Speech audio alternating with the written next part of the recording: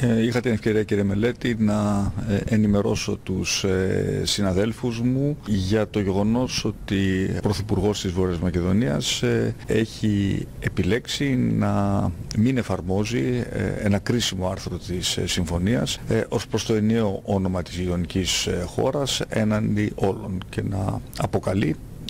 την χώρα του Δημοκρατία της Μακεδονίας εντός των συνόρων, κάτι το οποίο προφανώς απαγορεύεται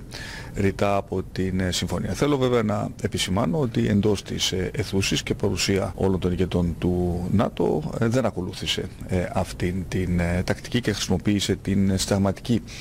ονομασία της χώρας του. Από εκεί πέρα θεωρώ ότι με τον ένα ή τον άλλο τρόπο η ηγεσία της γειτονικής χώρας θα αντιληφθεί ότι αυτή η τακτική είναι παντελώς αντιπαραγωγική. Σε περίπτωση η Ελλάδα δεν θα αποκαλύψει αυτή τη στιγμή τα όπλα τα οποία έχει στη διάθεσή της για να απαντήσει σε μια ενδεχόμενη επιμονή της ηγεσίας της γειτονικής χώρας σε αυτή την τακτική.